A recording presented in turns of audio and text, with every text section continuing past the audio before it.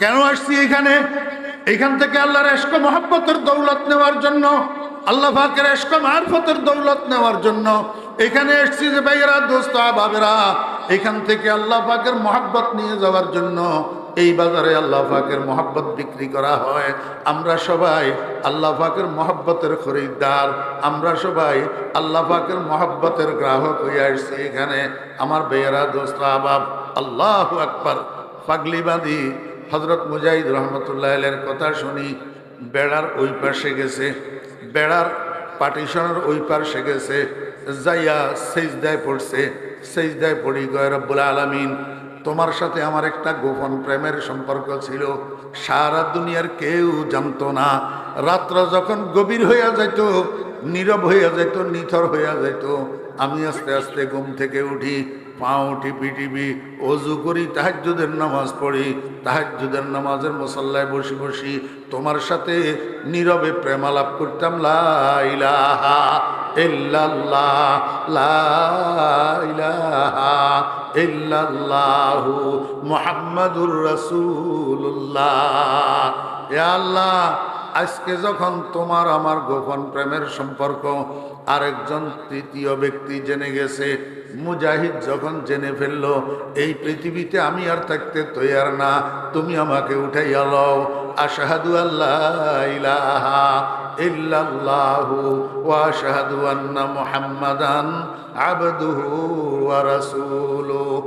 আমার ভাইয়েরা, দোস্তাবাব, হযরত মুজাহিদ রহমতুল্লাহ আলাইহি করুণ সুরে যখন কালিমায়ে শাহাদাতের আওয়াজ শুনছে, করুণ সুরে মনে মনে চিন্তা করে, ব্যাপারটা কি? পাগলি এই করুণ সুরে কালিমায়ে শাহাদাত কেন পড়লো? সেখানে কি ঘটতে যেতেছে?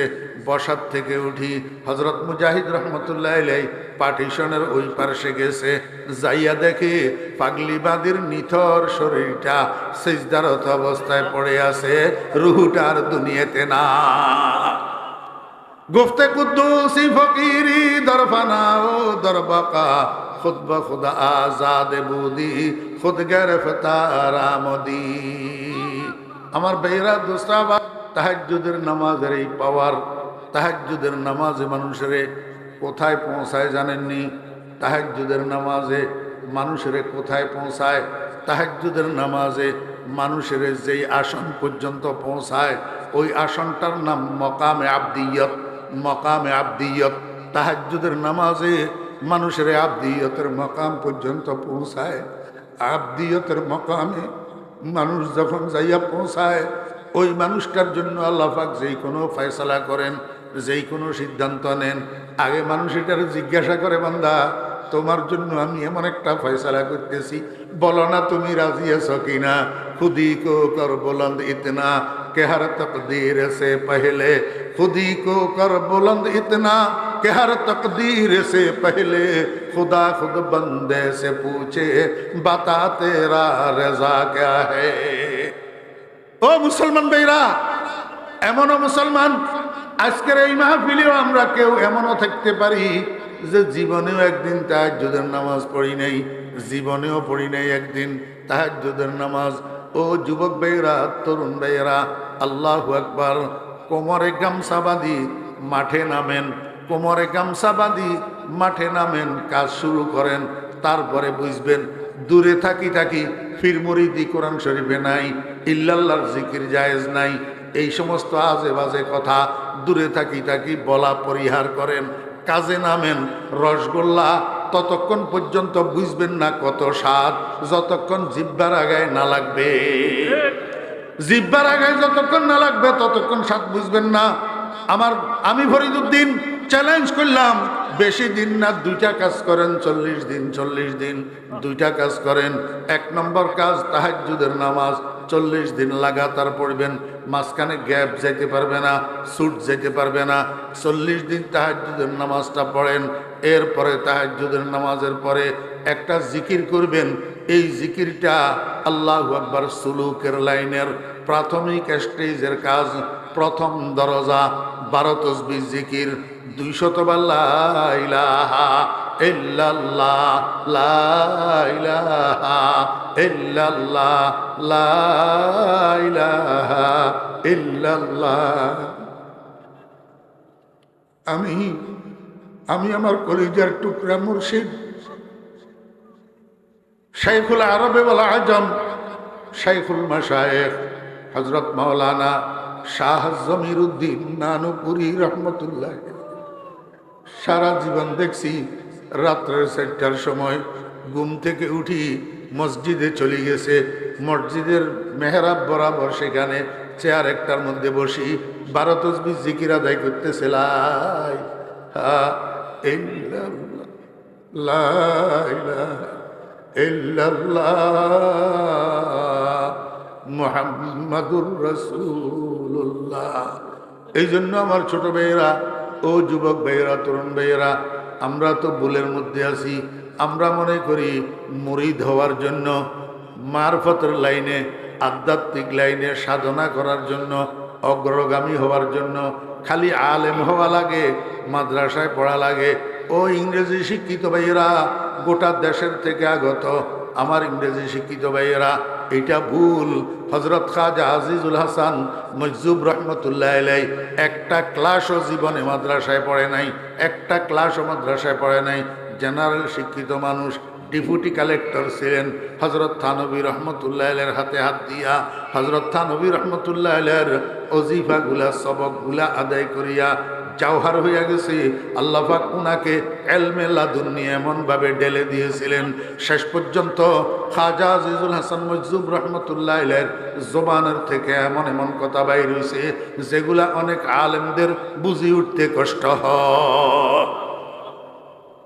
আল্লাহু আকবার। আমার ভাইরা, দুসবাব, ও যুবক ভাইয়েরা, মুসলমানের সন্তানেরা, কাজ করো, কাজ কাজ কাজ করো। 40 দিন লাগাতার তাহাজ্জুদের নামাজ পড়ো, আর 40 দিন 12 তাসবিহ জিকির করো। 200 বার লা ইলাহা ইল্লাল্লাহ, 400 বার ইল্লাল্লাহ ইল্লাল্লাহ ইল্লাল্লাহ ইল্লাল্লাহ, 600 বার আল্লাহু আল্লাহ আল্লাহু আল্লাহ আল্লাহু আল্লাহ। এই 1200 বার হইল। এরপরে 100 বার আল্লাহ আল্লাহ আল্লাহ আল্লাহ আল্লাহ আল্লাহ আল্লাহ আল্লাহ, 100 বার, মোট 1300 বার হবে। এটার নাম 12 তাসবিহ জিকির। এই দুইটা কাজ করেন 40 দিন। 40 দিন পরে এটার ক্রিয়া কি হইল, ক্রিয়া কি হইল আমি ফরিদুদ্দিনেরে বলবেন। যদি কোনো পরিবর্তন না হয় আমার মুখের উপরে থুতু মারি দিয়েন। আমি চ্যালেঞ্জ করি বললাম, 40 দিন যদি লাগাতার এই দুইটা কাজ করেন, আপনার কাছে মনে হবে আপনার এখানে ভিতরে কেউ একটা মোমবাতি জ্বালাইয়া দিছে, নিজের কাছে নিজের ভিতরটা আলোকিত আলোকিত মনে হবে। বর্তমান বাংলাদেশের দ্বিতীয় বৃহত্তম ইসলামিক ইউনিভার্সিটি জামিয়া ইসলামিয়া ওবায়দিয়া নানুপুরের 2 দিন ব্যাপী মহতি সালানা জলসার আজ সমাপনী দিবসে আমাদেরকে অংশগ্রহণ করার তৌফিক দিয়েছেন। এই জন্য আমরা সবাই মহান রব্বুল আলামিনের শুকর আদায় করি, আলহামদুলিল্লাহ।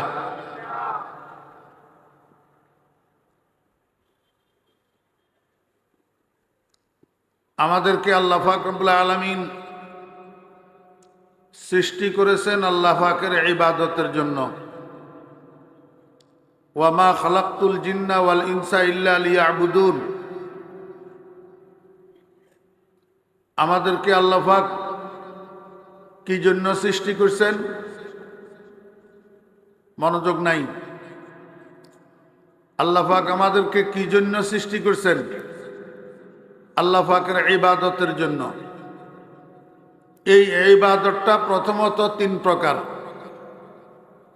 ইবাদত প্রথমত কয় প্রকার? 3 প্রকার।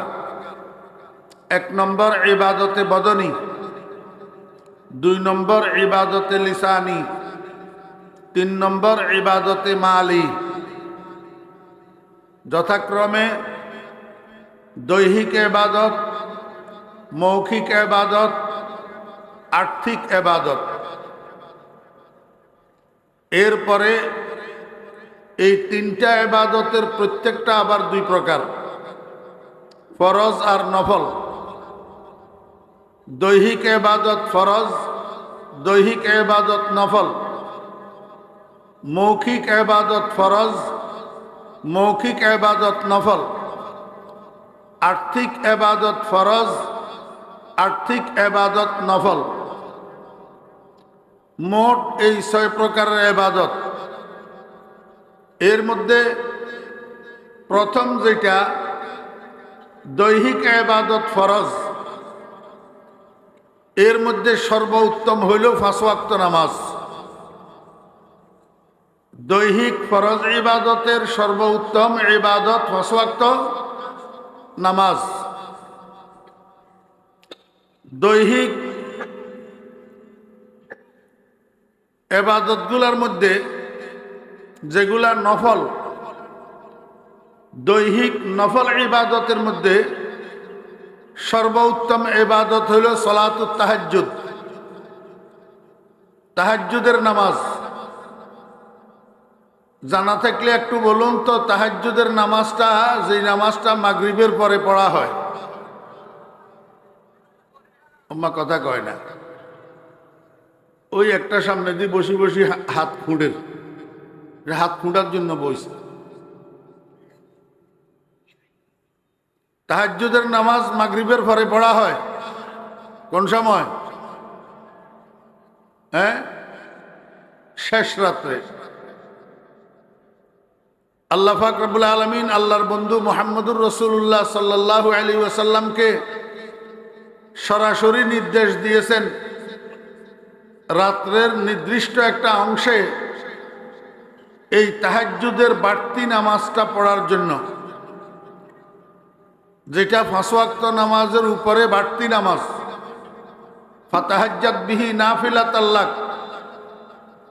আল্লাহ পাক বলেন, বন্ধু এই বাড়তি নামাজটা, তাহাজ্জুদের নামাজটা যদি আপনি পড়েন তো আমি আপনাকে পুরস্কার হিসেবে দান করব কিয়ামতের ময়দানে একটা মর্যাদার আসন, যেই আসনটার নাম হলো মাকামে শাফাআতে কুবরা।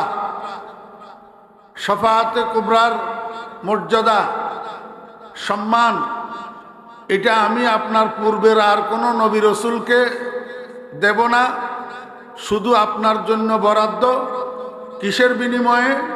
তাহাজ্জুদের নামাজের বিনিময়ে। ও ভাই, রসুল আকরাম সাল্লাল্লাহু আলাইহি ওয়াসাল্লামকে খেতাব করি আল্লাহ পাক তাহাজ্জুদের নামাজের আদেশ দিয়েছেন। বিনিময়ে আল্লাহ পাক মাকামে মাহমুদের পুরস্কার ঘোষণা করেছেন। এখন আমরা যারা উম্মত, আমরা এই তাহাজ্জুদের নামাজ পড়ব কি পড়ব না? কেন পড়ব? মুখাতব যদিও খাস, খেতাব কিন্তু আম। যদিও আল্লাহর নবীকে আল্লাহ পাক নির্দিষ্ট করে সম্বোধন করছেন, কিন্তু যেই কাজের হুকুম দিয়েছেন, এই কাজের হুকুমটা শুধু নবীজির জন্য সীমাবদ্ধ নয়, বরং কিয়ামত পর্যন্ত আনেওয়ালা উম্মতের জন্যও বটে। এখন নবীজিকে আল্লাহ পাক তাহাজ্জুদের নামাজের বিনিময়ে মাকামে মাহমুদ দান করবেন। উম্মত যদি তাহাজ্জুদের নামাজ পড়ে, উম্মতকে কি দিবেন? আপনারা তাফসীর খুলে দেখুন, নবীজির জন্য যেরকম তাহাজ্জুদের নামাজের বিনিময়ে মাকামে মাহমুদের পুরস্কার, তেমনি ভাবে উম্মত যদি তাহাজ্জুদের নামাজ পড়ে, উম্মতকেও আল্লাহ পাক মাকামে মাহমুদ দান করবেন। রাসূল আকরাম সাল্লাল্লাহু আলাইহি ওয়াসাল্লামের জন্য মাকামে মাহমুদ হাকিকি, আর উম্মতের জন্য মাকামে মাহমুদ হুকমি। এই হুকমি মাকামে মাহমুদ এটা কি?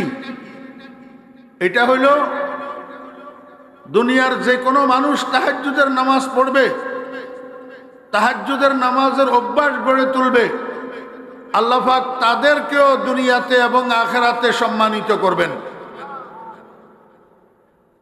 রাসূল আকরাম সাল্লাল্লাহু আলাইহি ওয়াসাল্লামের সাহাবীদের মর্যাদা এত বাড়ছে এই তাহাজ্জুদের নামাজের বিনিময়ে, শেষ রাত্রে আল্লাহর দরবারে কান্নাকাটি করার বিনিময়ে।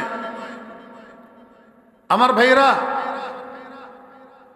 তাহাজ্জুদের নামাজের দাম এত বেশি বাড়ল কেন? আপনারা তো এখানে বাংলাদেশের বিভিন্ন অঞ্চল থেকে উপস্থিত হয়েছেন। আমার এলাকায় গত কিছুদিন আগে কাঁচা মরিচের কেজি হয়েছিল 500 টাকা। আপনাদের কার এলাকায় হয়েছে না হয়েছে আমি জানি না। কাঁচা মরিচের কেজি 500 টাকা কেন হইল? কাঁচা মরিচ যেগুলা উৎপাদিত ছিল কোল্ড স্টোরে জমা রাখা হয়েছে, এগুলা বিদ্যুৎ বিভ্রাটের কারণে পচে গেছে। নতুনভাবে চাষিরা কাঁচা মরিচের চাষ করার জন্য যে ক্ষেত করছে এটা অতিবৃষ্টির কারণে নষ্ট হয়ে গেছে। উৎপাদিতগুলা পচে গেছে, নতুনভাবে উৎপাদন হয় নাই, যার কারণে মার্কেটের মধ্যে বাজারের মধ্যে কাঁচা মরিচ শর্ট পড়ছে। তো মার্কেটে যেই মাল শর্ট পড়ে এই মালের দাম বেড়ে যায়। এই দাম বাড়া মালটা যেই ব্যবসায়ীর গোডাউনে স্টক থাকে ওই ব্যবসায়ী রাতারাতি কোটিপতি হয়ে যায়, লাভবান হয়ে যায়। মার্কেট সুট মালের যেরকম দাম বাড়ে, মার্কেট সুট মাল যার কাছে থাকে তারও দাম বাড়ি যায়। আল্লাহ পাক রব্বুল আলামিন বলেন, বান্দা এই আজকের দিনের ফজরের পর থেকে রাত্রের 12টা-1টা পর্যন্ত গোটা পৃথিবীতে কোনো না কোনো মানুষ কোনো না কোনো ভাবে কোনো না কোনো ইবাদতের মধ্যে লিপ্ত থাকে। কেউ নামাজ পড়ে, কেউ কোরআন তেলাওয়াত করে, কেউ জিকির করে, কেউ দরুদ শরীফ পড়তেছে, কেউ দান সদকা করতেছে। কিন্তু রাত্রের 12টা-1টার পর থেকে এইবার ফজরের আজান পর্যন্ত এই সময়টা গোটা দুনিয়ার মানুষ ঘুমাইয়া পড়ে, গোটা দুনিয়া নীরব নিস্তব্ধ হইয়া থাকে। আল্লাহ পাকের ইবাদতের বাজারটা ঠান্ডা হইয়া থাকে, সব ঘুমাইতো। যারা বেদিন বদ্দিন আছে রাত্রের 3টা পর্যন্ত মোবাইল টিপে ইউটিউব দেখে ফ্রি ফায়ার খেলে, এরাও 3টার দিকে শুইয়া পড়ে, সব ঘুমাইয়া যায়। আল্লাহ পাক রব্বুল আলামিন বলেন, এই রাত্রের শেষ ভাগে আমার ইবাদতের বাজারটা ঠান্ডা হইয়া থাকে, মার্কেটের মধ্যে ইবাদত শর্ট পড়ে। এই সময়ের ইবাদত যেটা সালাতুত তাহাজ্জুদ, এই জন্য আমার কাছে এই ইবাদতটার দাম বেশি। এই ইবাদতটার সাথে যারা লেগে থাকে, এই ইবাদতটা যাদের কাছে পাওয়া যায়, ওই মার্কেট সুট মাল যার কাছে থাকে তার যেরকম দাম বাড়ে, এই তাহাজ্জুদ গুজার মানুষগুলারও এমনি ভাবে আমি দাম বাড়াই দিই। হযরত মুজাহিদ রহমতুল্লাহ আলাইহি একজন জলিলুল কদর তাবেঈ ছিলেন। রাসূল আকরাম সাল্লাল্লাহু আলাইহি ওয়াসাল্লামের ছাত্রের ছাত্র, নবীজির ছাত্র হযরতে আব্দুল্লাহ ইবনে মাসউদ রাদিয়াল্লাহু আনহু। আব্দুল্লাহ ইবনে মাসউদ রাদিয়াল্লাহু আনহুর ছাত্র হযরতে মুজাহিদ রহমতুল্লাহ আলাইহি। তো উনি একদিন বাজারে গেছেন একটি দাসী খরিদ করার জন্য, বান্দি, ঘরের কাজ করার জন্য। তো হুজুর যে বাজারে গেছেন একেবারে শেষ দিকে গেছেন, সব গোলাম বান্দিগুলা বিক্রি হয়ে গেছে, শুধু একজন মালিক একটা বাদি সামনে লইয়া দাঁড়ানো আছে। এই বাদিটার গায়ের রং কালো, মাথার চুল এলোমেলো, জামা কাপড়ে ময়লা, চেহারাটাও তেমন সুশ্রী না। হযরত মুজাহিদ রহমতুল্লাহ আলাইহি মনে মনে চিন্তা করেন, আর একদিন আবার কে আসবে যেটা আছে দেখতে পাগলি টাইপের লাগলেও এটারে খরিদ করে নিয়ে যাই। তো হযরত মুজাহিদ রহমতুল্লাহ আলাইহি বাদির মালিকের কাছে যাইয়া জিজ্ঞাসা করে, ভাই বাদিটা আপনার? কয়, জি হুজুর আমার। বিক্রি করবেন? কয়, হ্যাঁ বিক্রি করব। কত মূল্য? এত। হযরত মুজাহিদ রহমতুল্লাহ আলাইহি বাদির মালিকের সাথে মূল্য নিয়ে আলোচনা করতেছেন। এই সময়ের মধ্যে বাদি এটা কথা বলে উঠছে। বাদি কয়, হুজুর আপনি যে আমাকে খরিদ করতে চাইতেছেন, আমার তো একটা শর্ত আছে। হুজুর বলেন, কি শর্ত? কয়, ফজরের নামাজের পর থেকে এশার নামাজ পর্যন্ত এই সময়ের মধ্যে যদি আপনি কোনো কাজের হুকুম দেন, আমি মানতে বাধ্য থাকব। কিন্তু এশার নামাজের পর থেকে ফজরের নামাজ পর্যন্ত এই সময়ের মধ্যে যদি আপনি আমাকে কোনো কাজের হুকুম দেন, আমি মানতে পারবো না। হযরত মুজাহিদ রহমতুল্লাহ আলাইহি মনে করছেন, পাগলি বাঁধি, দুর্বল শরীর, রাত্রে কাজের হুকুম দিলে ঘুমের ব্যাঘাত হবে, এই জন্য আগে ভাগে শর্ত করে নিতেছে। তো হুজুর বললেন, বাবা, আমার ঘরে তেমন কাজের চাপ নাই, তোর মন যা চায় তা করিস, কোনো অসুবিধা হবে না। বাদিটাকে খরিদ করি হযরত মুজাহিদ রহমতুল্লাহ আলাইহি বাড়িতে নিয়ে গেছেন। উনার বাড়িতে একটা কাঁচা ঘর, বিল্ডিং না, ফাঁকা ঘর না, বাঁশের খুঁটি, উপরে নড়বড়ে ছানি, মাঝখানে একটা বাঁশের বেড়া, ঘরের মাঝখানে। এই বেড়ার এক পাশে হযরত মুজাহিদ রহমতুল্লাহ আলাইহি রাত্রি যাপন করেন, আরেক পাশে পাগলি বাঁধি এটা থাকে। এভাবে দিন যাইতেছে। কিছুদিন যাওয়ার পর এক রাত্রের গভীরে কোন দিক থেকে যেন একটা গুনগুন গুনগুন আওয়াজ হযরত মুজাহিদ রহমতুল্লাহ আলাইহির কানে আসি লাগতেছে। এই আওয়াজে মুজাহিদ রহমতুল্লাহ আলাইহির ঘুম ভাঙ্গি গেছে। তো হুজুর বালিশের থেকে মাথারে আলাদা করি, আরো একটু ভালোভাবে শোনার চেষ্টা করি, কনফার্ম হইলেন যে আসলে এই আওয়াজটা বেশি দূরের আওয়াজ না, ওই বেড়ার ওই পাশ থেকে, পার্টিশনের ওই পাশ থেকে আওয়াজটা আসতেছে। পাগলিবাদী আল্লাহর দরবারে বসে বসে কান্নাকাটি করতেছে, মোনাজাত করতেছে, দোয়া করতেছে। কি কয়, এ আল্লাহ, তুমি যে আমাকে মহব্বত করো কোনো সন্দেহ নাই। এ আল্লাহ, তুমি যে আমাকে মহব্বত করো, তোমার মহব্বতের কসম দিয়া আমার জীবনের গুনাহগুলা মাপ চাইতেছি। মাওলাই করিম, তোমার মহব্বতের উসিলায় আমার জীবনের গুনাহগুলা মাফ করে দাও। বুঝে থাকলে বলুন তো কথাটা ভালো না খারাপ? কিন্তু হযরত মুজাহিদ রহমতুল্লাহ আলাইহির কাছে খারাপ লাগছে। হযরত মুজাহিদ রহমতুল্লাহ আলাইহি দিছে ডাক, এই বাদী, এদিকে আস। তো মুনিবের ডাক না, তাড়াতাড়ি মোনাজাত শেষ করি পাগলি বাঁধি হযরত মুজাহিদ রহমতুল্লাহ আলাইহির সামনে যাইয়া দাঁড়াইছে। হুজুর, এই গভীর রাত্রে আমাকে কেন ডাকছেন? মুজাহিদ রহমতুল্লাহ আলাইহি কয়, পাগলি, তোর মতো বেয়াদব মানুষ তো আমি আর জমিনে দেখি নাই। সারা দুনিয়ার ওলি আবদাল গাউস কুতুবেরা আল্লাহর দরবারে আল্লাহর মোহাব্বত ভিক্ষা চায়। मोहब्बत अपना मुझको आए खुदा दे, मुझे भी जाम उल्फत एक पिला दे, मुझे खोया मेरे अक्लो खरद ने, खुदाया अपना दीवाना बना दे। सारा दुनियार ओली अब्दालरा आल्लाहर दरबारे आल्लाहर मोहब्बत भिक्षा चाय। ओ पागलिबादी, तुई आल्लाहर काছে आल्लाहर मोहब्बतेर कसम दिया गुनाह माफ चाइली। তুই আল্লাহ যে তোকে মহব্বত করে এত কনফার্ম ভাবে কেমনে জানিস? আর সে আজিম থেকে তোর কাছে চিঠিপত্র আসছে কিনা?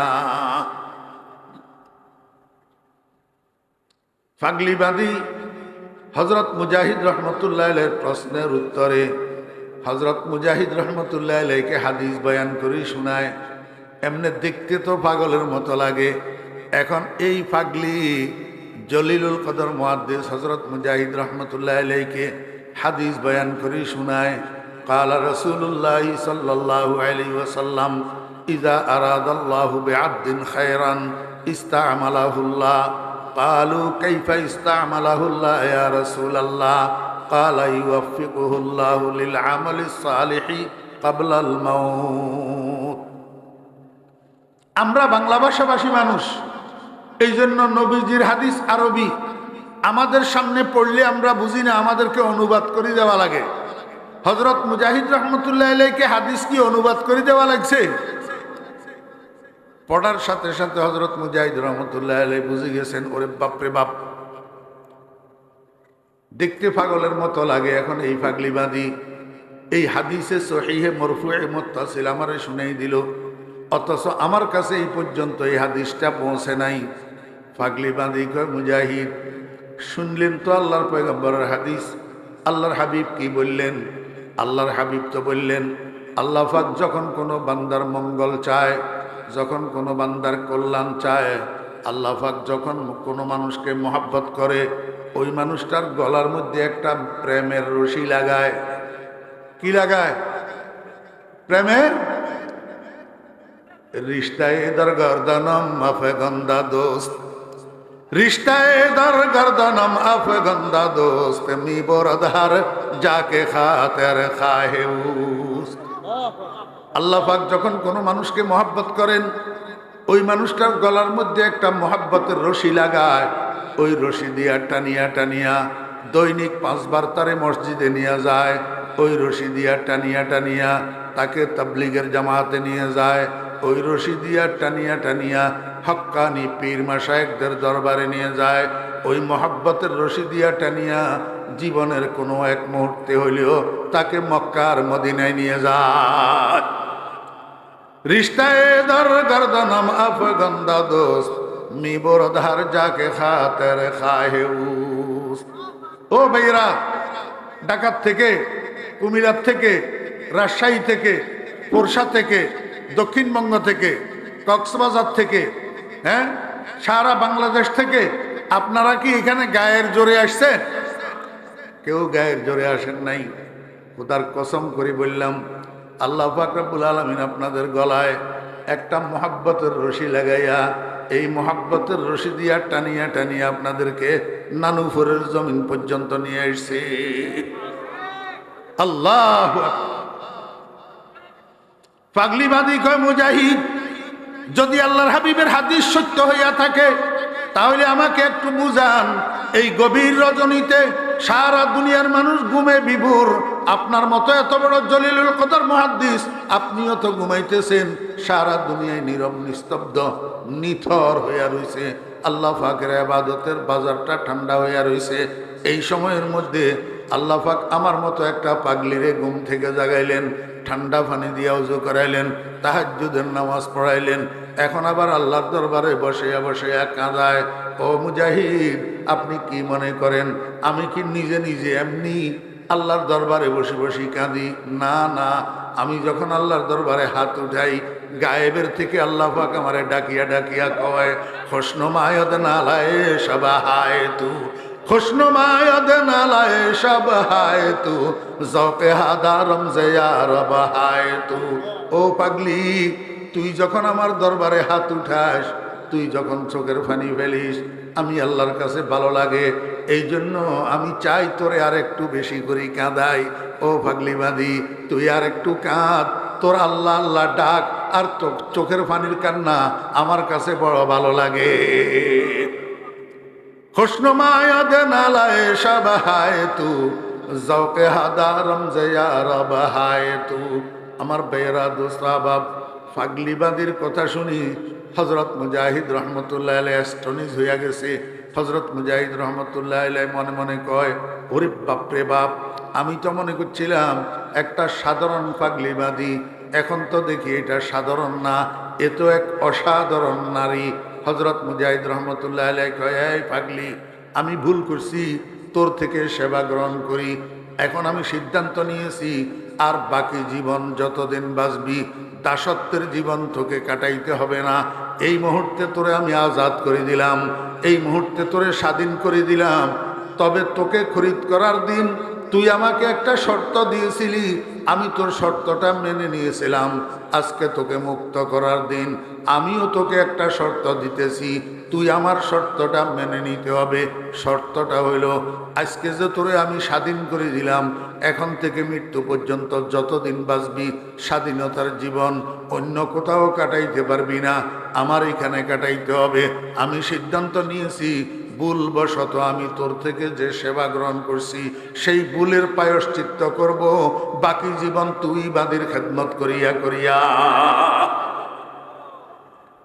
বসিদকা কসে কে জদ্দর আশিকি গাম, বমাশুকি বরায়দ আখিরশ নাম, क़यामत दर तरीक़े इश्क़ सादिक़ केनामत बर सरश माशूक़ आशिक़।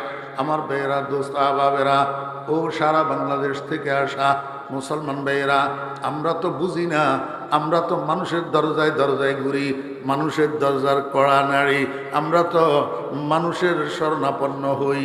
না না না, আল্লাহর আশিকেরা কয় দুনিয়ার মানুষ, মানুষের মহতাজ হইও না, মানুষের মুখাপেক্ষি হইও না, ওই একজনের প্রেমের জেলখানার আসামি বনো, একজনের প্রেমের জেলখানার কয়েদি বনো। আল্লাহ পাক সারা দুনিয়ার থেকে তোমাকে মুক্ত করে দিবে, আজাদ করে দিবে, স্বাধীন করে দিবে। আসিরে এশকে শোক আজাদে বাসি, গমশ বরসি না নেতা সাদে বাসি। আসিরে এশকে শোকান্দি শাইনাস, হামা সাহেব দিলারা পেশাইনাস। ও বেরা দোস্ত আহবাব, নানুপুরের জমিনে আমরা কেন আসছি? এই নানুপুরের জমিনে কি পাওয়া যায়? মাছের দোকানে মাছ পাওয়া যায়, গোশতের দোকানে গোশত পাওয়া যায়, কাপড়ের দোকানে কাপড় পাওয়া যায়, স্বর্ণের দোকানে স্বর্ণ পাওয়া যায়। ওরে নানুপুরের বাজারে আল্লাহর ইশক আর মারফত পাওয়া যায়। কেন আসছি এখানে? এখান থেকে আল্লাহর ইশক মহব্বতের দৌলত নেওয়ার জন্য, আল্লাহ পাকের ইশক মারফতের দৌলত নেওয়ার জন্য এখানে এসেছি। যে ভাইয়েরা, দোস্ত আহবাবেরা, এখান থেকে আল্লাহ পাকের মহব্বত নিয়ে যাওয়ার জন্য এই বাজারে আল্লাহ পাকের মহব্বত বিক্রি করা হয়। আমরা সবাই আল্লাহ পাকের মহব্বতের খরিদ্দার, আমরা সবাই আল্লাহ পাকের মহব্বতের গ্রাহক হয়ে আসছি এখানে। আমার ভাইয়েরা, দোস্ত আহবাব, আল্লাহু আকবার। পাগলি বাঁধি হযরত মুজাহিদ রহমতুল্লাহ আলাইহির কথা শুনি, বেড়ার ওই পাশে গেছে, বেড়ার পার্টিশনের ওই পাশে গেছে, যাইয়া সেজদায় পড়ছে। সেজদায় পড়ি, গয় রব্বুল আলামিন, তোমার সাথে আমার একটা গোপন প্রেমের সম্পর্ক ছিল, সারা দুনিয়ার কেউ জানতো না। রাত্র যখন গভীর হইয়া যাইত, নীরব হইয়া যাইত, নিথর হইয়া যাইত, আমি আস্তে আস্তে ঘুম থেকে উঠি, পাও টিপি টিপি অজু করি, তাহাজ্জুদের নামাজ পড়ি, তাহাজ্জুদের নামাজের মুসল্লায় বসি বসি তোমার সাথে নীরবে প্রেমালাপ করতাম। লা ইলাহা ইল্লাল্লাহ, লা ইলাহা ইল্লাল্লাহু মুহাম্মাদুর রাসূলুল্লাহ। ইয়া আল্লাহ, আজকে যখন তোমার আমার গোপন প্রেমের সম্পর্ক আরেকজন তৃতীয় ব্যক্তি জেনে গেছে, মুজাহিদ যখন জেনে ফেললো, এই পৃথিবীতে আমি আর থাকতে তৈয়ার না, তুমি আমাকে উঠাইয়া লও। আশহাদু আল্লা ইলাহা ইল্লাল্লাহু ওয়া আশহাদু আন্না মুহাম্মাদান আবদুহু ওয়া রাসূলুহু। আমার ভাইয়েরা, দোস্ত আহবাব, হযরত মুজাহিদ রহমতুল্লাহ আলাইহি করুণ সুরে যখন কালিমায়ে শাহাদাতের আওয়াজ শুনছে, করুণ সুরে মনে মনে চিন্তা করে, ব্যাপারটা কি? পাগলি এই করুণ সুরে কালিমায়ে শাহাদাত কেন পড়লো? সেখানে কি ঘটতে যাইতেছে? বসার থেকে উঠি, হযরত মুজাহিদ রহমতুল্লাহ আলাইহি পার্টিশনের ওই পাশে গেছে, যাইয়া দেখে পাগলিবাদীর নিথর শরীরটা সিজদারত অবস্থায় পড়ে আছে, রুহটার দুনিয়াতে না। গুফতে কুদ্দুসি ফকিরি দরফানা ও দরবাকা, খুদ ব খুদ আজাদ বুদি, খুদ গিরফতার আমদি। আমার ভাইয়েরা, দোস্ত আহবাব, তাহাজ্জুদের নামাজের এই পাওয়ার, তাহাজ্জুদের নামাজে মানুষের কোথায় পৌঁছায় জানেননি? তাহাজ্জুদের নামাজে মানুষের কোথায় পৌঁছায়? তাহাজ্জুদের নামাজে মানুষের যেই আসন পর্যন্ত পৌঁছায়, ওই আসনটার নাম মকামে আবদিয়ত।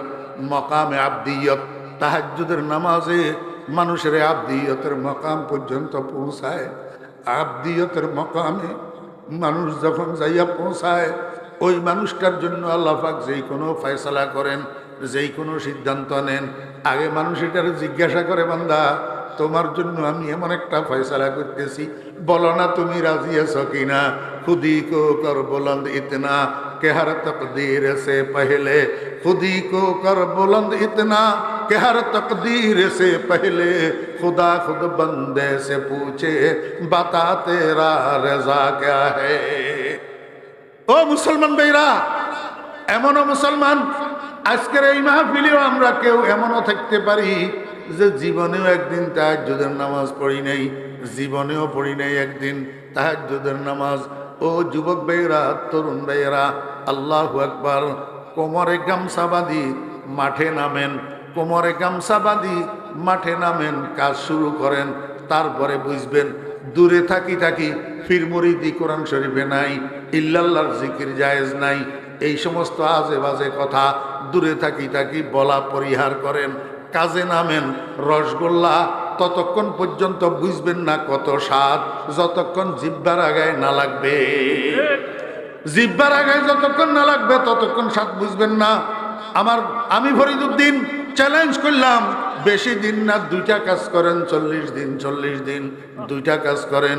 1 নম্বর কাজ তাহাজ্জুদের নামাজ 40 দিন লাগাতার পড়বেন, মাঝখানে গ্যাপ যাইতে পারবে না, ছুট যেতে পারবে না। 40 দিন তাহাজ্জুদের নামাজটা পড়েন।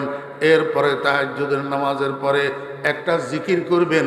এই জিকিরটা আল্লাহু আকবার সুলুকের লাইনের প্রাথমিক স্টেজের কাজ, প্রথম দরজা। 12 তসবিহ জিকির, 200 বার লা ইলাহা ইল্লাল্লাহ, লা ইলাহা ইল্লাল্লাহ, লা ইলাহা ইল্লাল্লাহ। আমি আমার কলিজার টুকরা মুর্শিদ শাইখুল আরবে ওয়াল আজম, শাইখুল মাশায়েখ হযরত মাওলানা শাহ জমিরুদ্দিন নানুপুরি রহমতুল্লাহ, সারা জীবন দেখছি রাত্রের 4টার সময় ঘুম থেকে উঠি মসজিদে চলে গেছে, মসজিদের মেহরাব বরাবর সেখানে চেয়ার একটার মধ্যে বসি 12 তসবিহ জিকির আদায় করতেছে। লা ইলাহা ইল্লাল্লাহ, লা ইলাহা ইল্লাল্লাহ মুহাম্মাদুর রাসূলুল্লাহ। এই জন্য আমার ছোট ভাইয়েরা, ও যুবক ভাইয়েরা, তরুণ ভাইয়েরা, আমরা তো ভুলের মধ্যে আছি। আমরা মনে করি মুরিদ হওয়ার জন্য, মারফতের লাইনে, আধ্যাত্মিক লাইনে সাধনা করার জন্য, অগ্রগামী হওয়ার জন্য খালি আলেম হওয়া লাগে, মাদ্রাসায় পড়া লাগে। ও ইংরেজি শিক্ষিত ভাইয়েরা, গোটা দেশের থেকে আগত আমার ইংরেজি শিক্ষিত ভাইয়েরা, এটা ভুল। হযরত খাজা আজিজুল হাসান মজজুব রহমতুল্লাহ আলাইহি একটা ক্লাসও জীবনে মাদ্রাসায় পড়ে নাই, একটা ক্লাসও মাদ্রাসায় পড়ে নাই। জেনারেল শিক্ষিত মানুষ, ডেপুটি কালেক্টর ছিলেন। হযরত থানভী রহমতুল্লাহ আলাইহির হাতে হাত দিয়া হযরত থানভী রহমতুল্লাহ আলাইহির ওজিফাগুলা, সবকগুলা আদায় করিয়া জাওহার হইয়া গেছে। আল্লাহ পাক উনাকে এলমে লাদুন্নি এমনভাবে ঢেলে দিয়েছিলেন, শেষ পর্যন্ত খাজা আজিজুল হাসান মজজুব রহমতুল্লাহ আলাইহির জবানের থেকে এমন এমন কথা বাইর হইছে যেগুলা অনেক আলেমদের বুঝি উঠতে কষ্ট হয়। আল্লাহু আকবার। আমার ভাইরা, দুসরা বাপ, ও যুবক ভাইয়েরা, মুসলমানের সন্তানেরা, কাজ করো, কাজ কাজ কাজ করো। 40 দিন লাগাতার তাহাজ্জুদের নামাজ পড়ো, আর 40 দিন 12 তসবিহ জিকির করো। 200 বার লা ইলাহা ইল্লাল্লাহ, 400 বার ইল্লাল্লাহ ইল্লাল্লাহ ইল্লাল্লাহ ইল্লাল্লাহ, 600 বার আল্লাহু আল্লাহ আল্লাহু আল্লাহ আল্লাহু আল্লাহ। এই 1200 বার হইল। এরপরে 100 বার আল্লাহ আল্লাহ আল্লাহ আল্লাহ আল্লাহ আল্লাহ আল্লাহ আল্লাহ, 100 বার, মোট 1300 বার হবে। এটার নাম 12 তসবিহ জিকির। এই 2টা কাজ করেন 40 দিন। 40 দিন পরে এটার ক্রিয়া কি হইল, ক্রিয়া কি হইল আমি ফরিদউদ্দিনের বলবেন। যদি কোনো পরিবর্তন না হয় আমার মুখের উপরে থুতু মারি দিয়েন। আমি চ্যালেঞ্জ করি বললাম, 40 দিন যদি লাগাতার এই 2টা কাজ করেন, আপনার কাছে মনে হবে আপনার এখানে ভিতরে কেউ একটা মোমবাতি জ্বালাইয়া দিছে, নিজের কাছে নিজের ভিতরটা আলোকিত আলোকিত মনে হবে, আলোকিত আলোকিত মনে হবে। মুসলমান ভাইরা, আল্লাহু আকবার। তাহাজ্জুদের নামাজে মানুষের দামি বানায়, তাহাজ্জুদের নামাজে মানুষের কি বানায়, সম্মানী বানায়। এবার আবার গোড়াত যান। 1 নম্বরে ইবাদত ফরজ, দৈহিক ইবাদত। 2 নম্বর ইবাদত নফল, দৈহিক ইবাদত। 3 নম্বর ইবাদত মৌখিক ইবাদত ফরজ। মৌখিক ইবাদত ফরজ। মৌখিক ইবাদত ফরজ কোনটা জানেননি? নামাজের কেরাত। নামাজের কেরাত। নামাজের মধ্যে কেরাত পড়া কি ফরজ না? তোর নামাজের কেরাত মৌখিক না? আমার ভাইরা, ইবাদতে লিসানি ফরজ, নামাজের কেরাত। নামাজের কেরাত পড়া যেরকম ফরজ, শোনাও ফরজ। নামাজের কেরাত পড়া এবং শোনা দোনোটা সেম। যদি সেম না হইতো রসুল আকরম সাল্লাল্লাহু আলাইহি ওয়াসাল্লাম ফাকরাআতুল ইমামে কিরাআতুল মামুম এই কথা নবীজি বলতেন না। নামাজের কেরাত পড়া এবং শোনা সেম আমার ভাইয়েরা। তবে নামাজের কেরাত শুদ্ধ হইতে হবে। কি হইতে হবে? অতি সম্প্রতি আমাদের বাংলাদেশে এক বদমাইশের আবির্ভাব হয়েছে। বদমাইশ, সবাই বলেন বদমাইশ। কি নাম? আবুল হোসেন সরকার। আবুল হোসেন সরকার বলে বাউল। কি বাউল? আমার বেরা দোস্ত আবাব, আমরা তো 12 বৎসর মাদ্রাসায় পড়লাম, 40 বৎসর মাদ্রাসায় পড়াইতেছি, 16 বৎসর বুখারী শরীফ সামনে লইয়া ছাত্রদের সামনে বসার আল্লাহ পাক তৌফিক দিয়েছেন। কই আমি কোন সিলেবাসের ভিতরে বাউল পাই নাই। আপনারা জেনারেল শিক্ষিত যারা আছেন, ইন্টারের সিলেবাসে, মেট্রিকের সিলেবাসে, ডিগ্রির সিলেবাসে, মাস্টার্সের সিলেবাসে, অনার্সের সিলেবাসে কোনো জায়গায় বাউল আছেন আপনারা জানেন? আমার ভাইয়েরা, যদি থাকে আপনারা একটু আমাকে বলেন, বাউল শব্দটার আবিধানিক অর্থ কি? বাউল শব্দটার আবিধানিক অর্থ কি? এই বাউল শব্দ এটা কোন অভিধানে লিখছে? কোন অভিধানে কি অর্থ লিখছে? আমি একটা অর্থ জানছি, গবেষণা করি, যে বাউল শব্দটা আরবি ভাষার শব্দ। কোন ভাষার? আরবি ভাষার শব্দ। বালা ইয়াবুলু বাউলুন, বালা ইয়াবুলু বাউলুন, মাজদার, অর্থ হইল পেশাব করা। কি করা? পেশাব করা। এবারে বাউলুনেরা যদি আপনি ওয়াকফ করেন, যেমন ফেলুন করনা, ফেল হাসাল বিল মাজদার, কাম। তো বাউলুন পেশাব করা, আর বাউল যদি ওয়াকফ করেন তাহলে অর্থ হবে পেশাব। অর্থ হবে কি? তো যার নাম পেশাব, হেতের গালের তুন পেশাবের গন্ধওয়ালা কথা ছাড়া, ফাইখানার গন্ধওয়ালা কথা ছাড়া আর ভালো কথা বাইর হবে? এই জন্যই তো হে কয় কয় আল্লাহ কোরআন শরীফের মধ্যে এত নাচানাচি করতে কইল কা? কোরআন শরীফের মধ্যে বলে আল্লাহ নাচতে কইছে, আবার দলিল দে কুল আউযু বিরাব্বিন নাস, মালিকিন নাস, ইলাহিন নাস, মিন শাররিল ওয়াসওয়াসিল খান্নাস, আল্লাযী ইউওয়াসওয়িসু ফি সুদুরিন নাস মিনাল জিন্নাতি ওয়ান নাস। কোরআন শরীফের মধ্যে আল্লাহ নাচতে কইছে। এবারে আমার কনসেন, নাস শব্দের অর্থ কি? মানুষ। নাস শব্দের অর্থ কি? মানুষ। আর এতে কয় নাস মানি বলে নাস। নাস মানি কি? নাস। এই কমবক্ত কোরআন শরীফের বিকৃতিকারী যদি এখন ইসলামী স্টেট থাকতো তো এতের কল্লা ভরি যেত, ওয়াজিবুল কতল। তো কোরআন শরীফের মধ্যে বিকৃতি সাধনকারী ওয়াজিবুল কতল। এই একটা কইছে না ফালতু কথা, আরেকটা কি কইছে জানেন? এটা আরো মারাত্মক।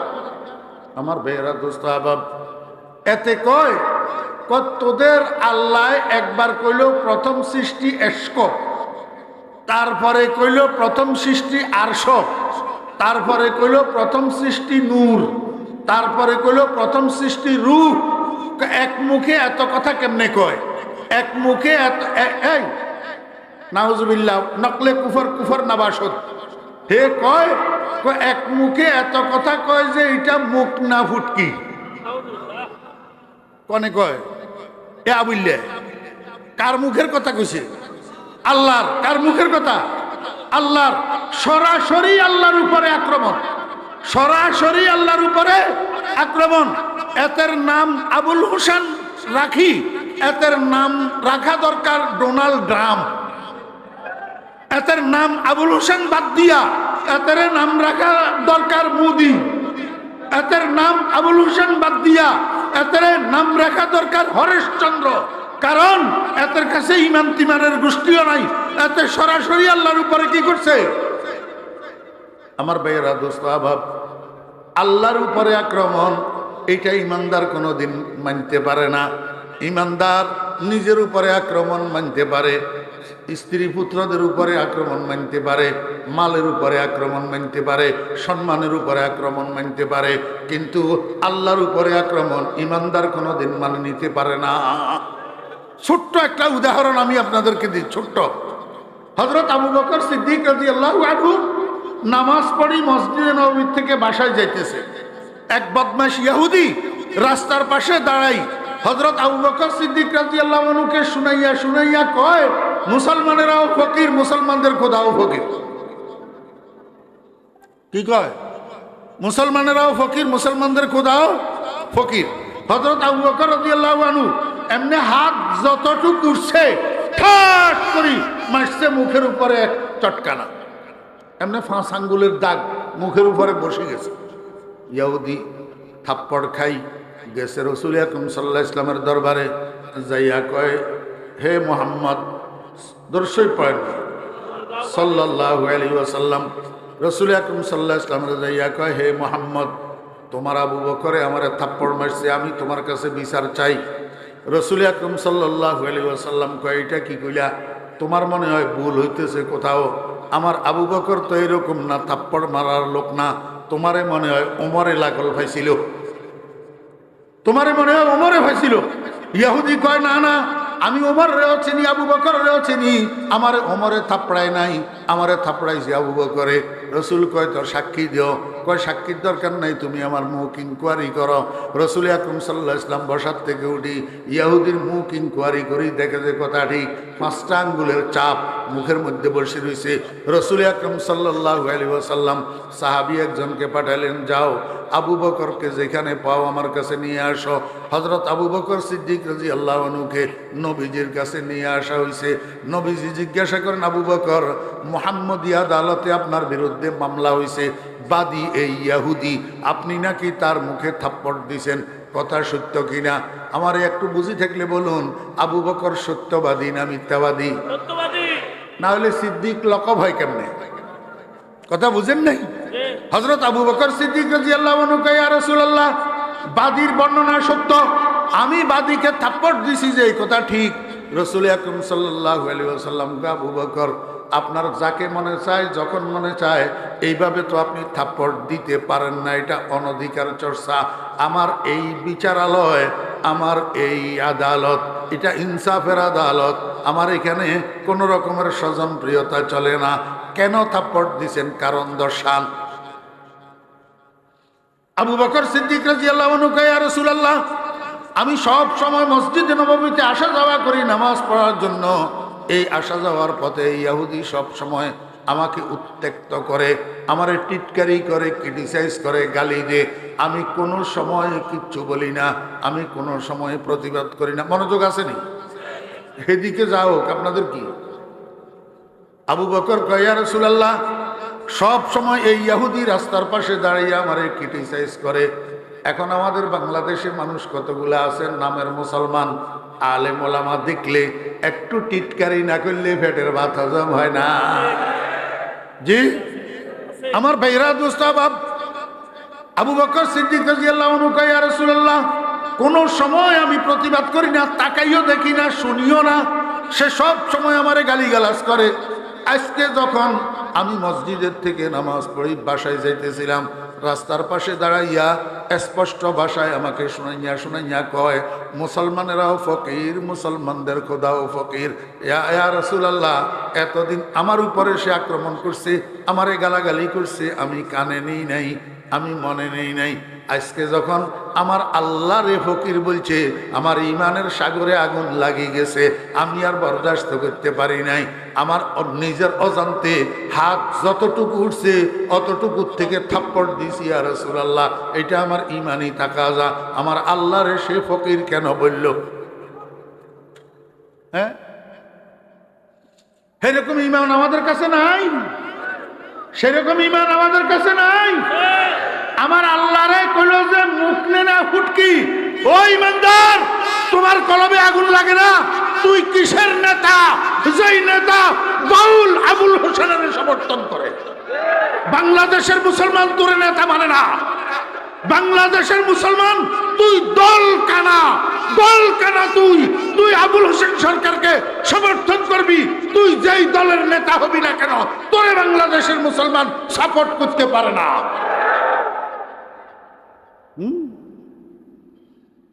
আমার আল্লাহরে এত বড় আক্রমণ, আমার আল্লাহরে এত বড় গালি, আর তুই কবি বাউলেরাও তো ঠিক।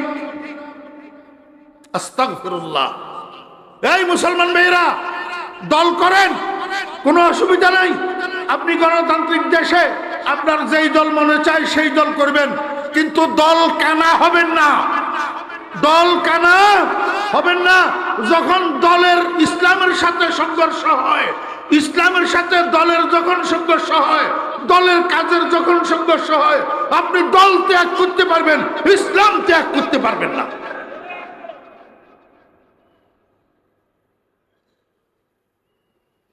কতগুলো আছে নানুপুরের মুরিদ, কতগুলো আছে চরমনায়ের মুরিদ, কিন্তু ভোট আসলে ভোট দে হয় ধানের শীষে নয় নৌকায়। ইসলামের মার্কায় ভোট দে না, ইসলামের মার্কায় ভোট দে না।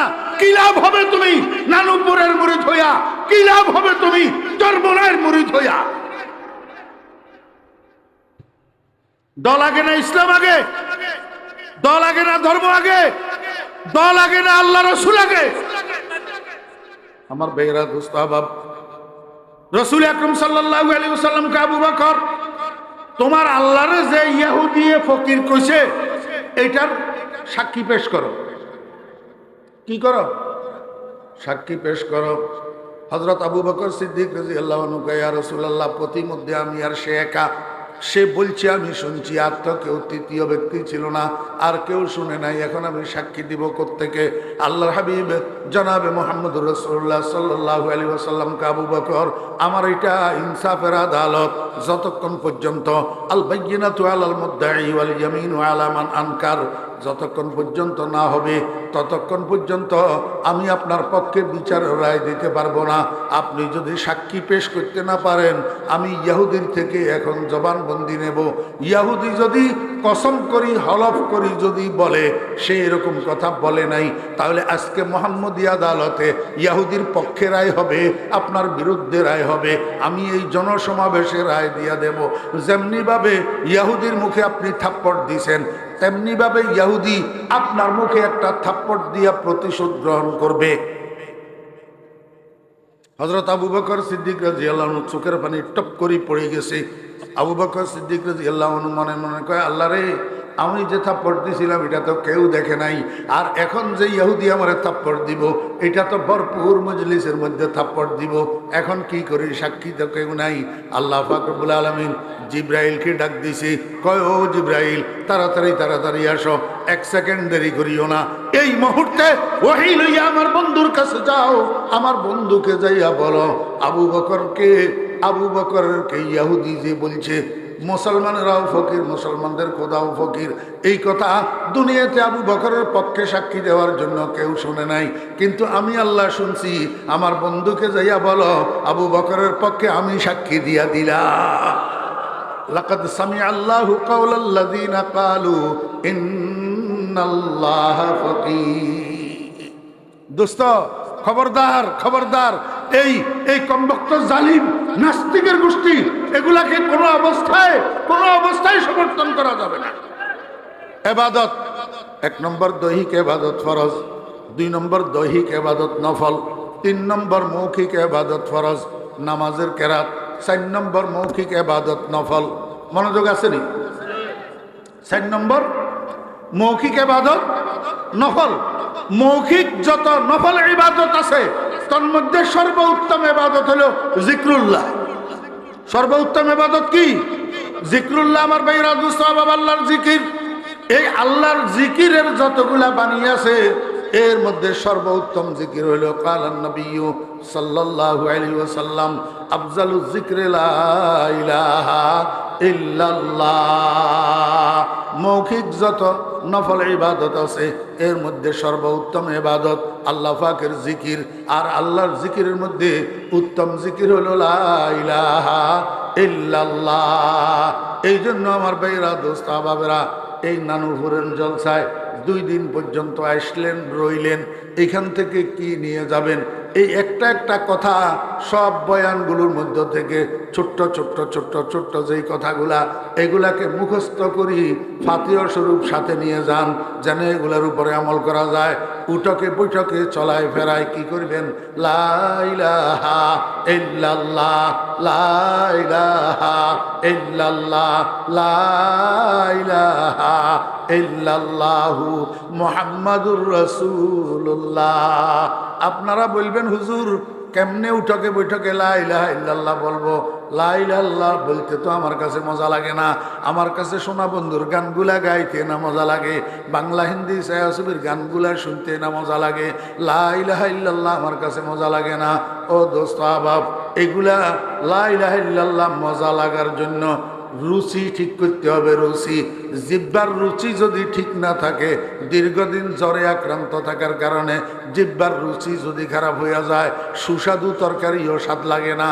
ঠিক তদ্রূপ গুনাহ করতে করতে কলবের রুচি যদি খারাপ হয়ে যায়, তখন লা ইলাহা ইল্লাল্লাহর জিকির মজা লাগে না, নামাজ মজা লাগে না, কোরআন তেলাওয়াত মজা লাগে না।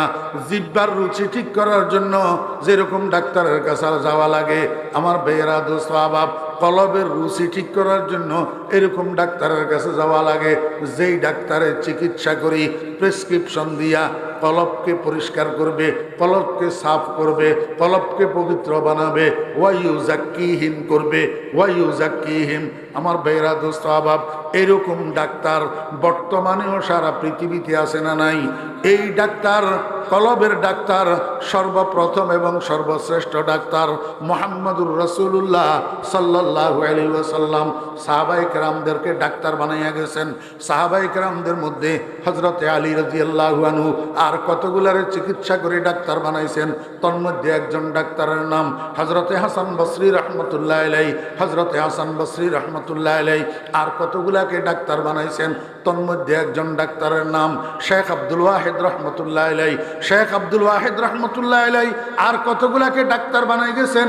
এইভাবে ডাক্তার বানানোর প্রক্রিয়া আসতে আসতে আমাদের ভারতবর্ষ পর্যন্ত এসছে।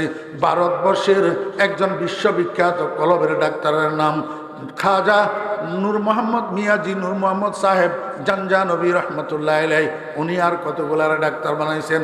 তন্মধ্যে একজন বিশ্ববিখ্যাত ডাক্তারের নাম হাজি এমদাদুল্লাহ মুহাজির মক্কি রহমতুল্লাহ আলাইহি, হাজি এমদাদুল্লাহ মুহাজির মক্কি রহমতুল্লাহ আলাইহি আর কতগুলাকে ডাক্তার বানাইছেন।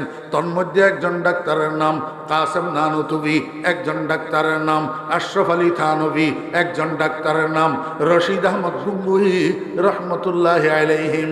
আমার বেরা দোস্ত আহবাব, রশিদ আহমদ গঙ্গুহি রহমতুল্লাহ আলাইহি আর কতগুলাকে ডাক্তার বানাইছেন।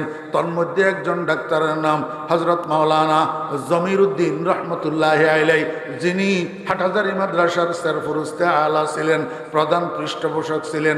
মাওলানা জমিরুদ্দিন সাহেব রহমতুল্লাহ আলাইহি, উনি আর কতগুলাকে ডাক্তার বানাইছেন। এই ডাক্তারগুলার মধ্যে বিশ্ববিখ্যাত একজন ডাক্তারের নাম আমাদের দাদা পীর ফটিয়ার হযরত মুফতি আজিজুল হক সাহেব রহমতুল্লাহ আলাইহি। আল্লাহু আকবার। বহকে মুক্তাদায়ে মুক্তাদায়া আজিজুল হক ইমামে পেশাওয়ায়া। ফটিয়ার মুফতি সাহেব রহমতুল্লাহ আলাইহি আর কতগুলাকে ডাক্তার বানাইছেন। তন্মধ্যে একজন বিশ্ববিখ্যাত ডাক্তারের নাম শাইখুল আরবে ওয়াল আজম, শাইখুল মাশায়েখ, সৈয়দি ওয়া সনদি ওয়া উস্তাজি ওয়া মুরশিদি হযরত মাওলানা শাহ সুলতান আহমদ নানুপুরি রহমতুল্লাহ আলাইহি, শাহ সুলতান আহমদ নানুপুরি রহমতুল্লাহ আলাইহি আর কতগুলাকে ডাক্তার বানাইছেন। তন্মধ্যে একজন বিশ্ববিখ্যাত ডাক্তারের নাম আমার কলিজার টুকরা মুর্শিদ হযরত মাওলানা শাহ জমিরুদ্দিন নানুপুরি রহমতুল্লাহ আলাইহি, শাহ জমিরুদ্দিন নানুপুরি রহমতুল্লাহ আলাইহি আর কতগুলার এরকম ডাক্তার বানাই রাখি গেছেন। তন্মধ্যে একজন ডাক্তার, উল্লেখযোগ্য ডাক্তারের নাম বর্তমান জামিয়া ওবাইদিয়ার মহাপরিচালক আমার হযরত পীর শাহ হুজুর রহমতুল্লাহ আলাইহির গদিনিশি, পীর শাহ হুজুর রহমতুল্লাহ আলাইহির উপযুক্ত সাহেবজাদা, বর্তমান পীর সাহেব হযরত মাওলানা শাহ সালাউদ্দিন দামাত বারাকাতুহুম কলবের ডাক্তার। আমার ভাইয়েরা, দোস্ত আহবাব, রুচি ঠিক করার জন্য ডাক্তারের কাছে যাইতে হবে, ডাক্তারের শরণাপন্ন হইতে হবে, ডাক্তারের থেকে প্রেসক্রিপশন নিতে হবে। খালি শুধু মুরিদই বসে থাকলে হবে না, শুধু মুরিদই বসে থাকলে হবে না, কাজ করতে হবে। পীর সাহেব হুজুরের যে আমলের কাগজ কতগুলো আছে, এই আমলের কাগজগুলাকে পড়বেন। এগুলার মধ্যে কি কি আমলগুলা আছে সবগুলা না পাইলেও অন্তত গুরুত্বপূর্ণ যে আমলগুলা আছে এই আমলগুলাকে কন্টিনিউ করার চেষ্টা করবেন। দেখবেন ইনশাল্লাহ ক্রমস্বভাবে আস্তে আস্তে কলবের রুচি পরিবর্তন হবে।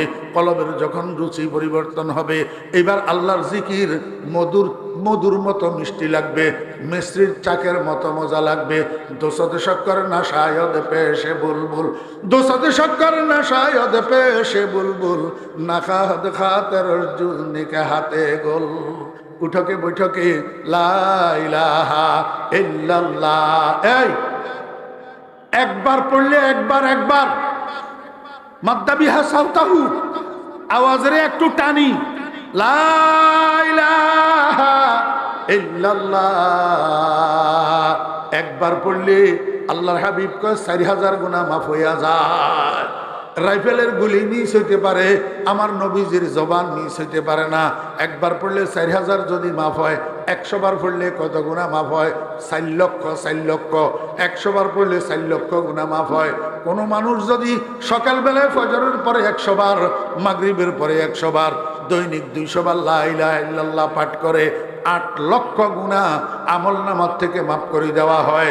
একটা মানুষের দৈনিক 8 লক্ষ গুনাহ যদি মাফ হইয়া যায়, এই মানুষটা যখন মৃত্যুশয্যায় শায়িত হবে আমলনামার মধ্যে আর গুনাহ থাকবে না। আজকে আবি চুনি বাজারেরা কে বায়াকে গোল মিখরি গোল জারেরা। ও মুসলমান ভাইয়েরা, আরেকটা লাভের কথা কই শেষ? হ্যাঁ, উঠকে বৈঠকে বেশি বেশি বেশি বেশি বেশি বেশি লা ইলাহা ইল্লাল্লাহ, লা ইলাহা ইল্লাল্লাহ, লা ইলাহা ইল্লাল্লাহ, লা ইলাহা ইল্লাল্লাহ, লা ইলাহা ইল্লাল্লাহ। কি লাভ হইব খেতে পারবেন নি?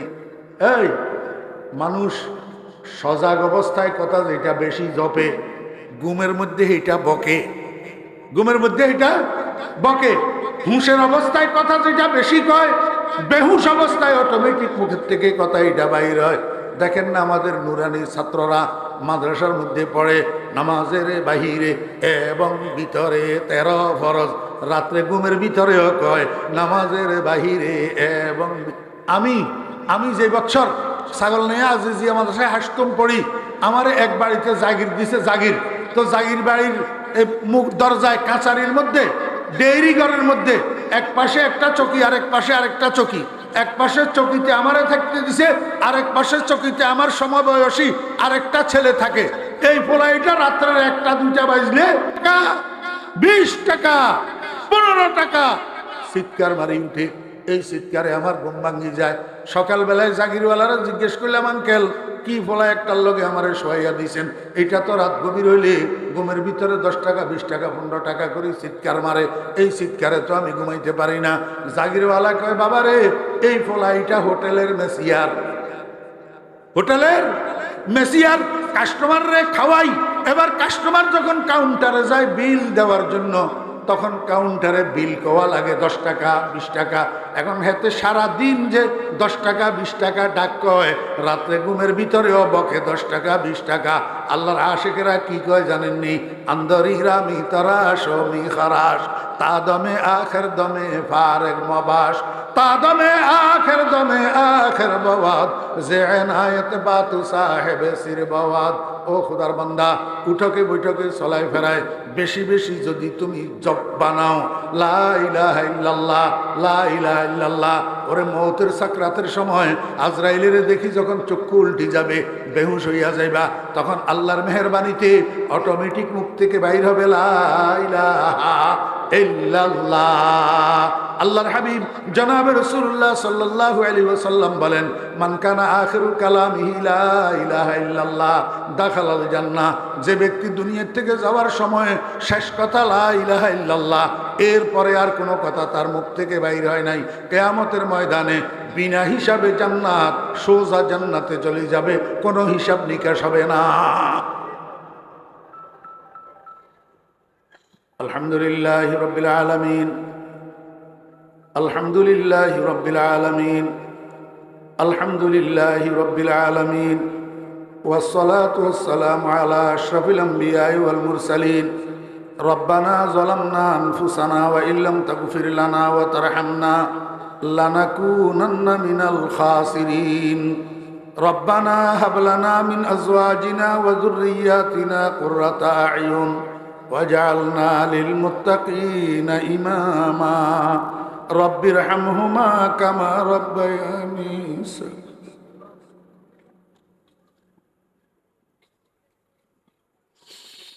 ইয়া আল্লাহ ইয়া আরহামার রাহিমিন, আয় আল্লাহ সারা জীবন তো নানুপুর আসা যাওয়া করে কাটাইলাম, কিচ্ছু তো পাইলাম না, কিচ্ছু তো নিতে পারলাম না। আয় আল্লাহ আমাদেরকে বেলায়েতে উজমা নসিব করে দেন।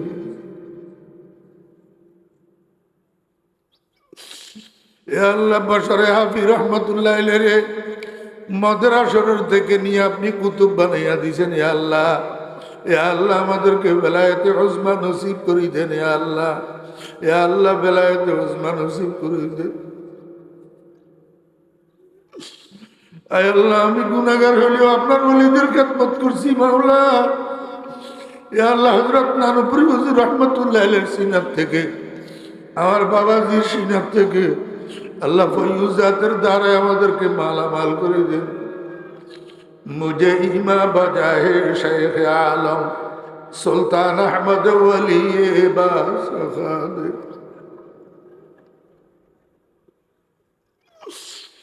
मुझे अरबा बजाए मुर्शद मन जमीरुद्दीन इमाम आल।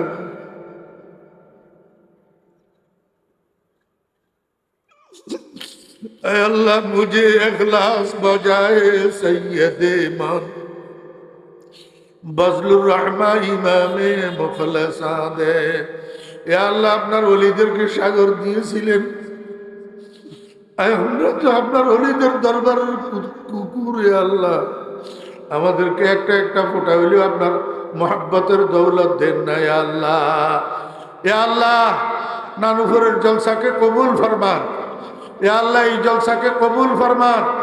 এ আল্লাহ এই জলসাকে সারা পৃথিবীর মানুষের হেদায়েতের এবং নাজাতের জরিয়া বানাই দেন। এ আল্লাহ মাদ্রাসার সমস্ত জরুরত গায়েবের থেকে আসানির সাথে পুরা করে দেন। এ আল্লাহ হযরত পীর সাহেব হুজুরের হায়াত, আয় আল্লাহ মানুষ আস্তে আস্তে সবাই চলে যেতেছে। আয় আল্লাহ আমরা এতিম হইয়া যাইতেছি।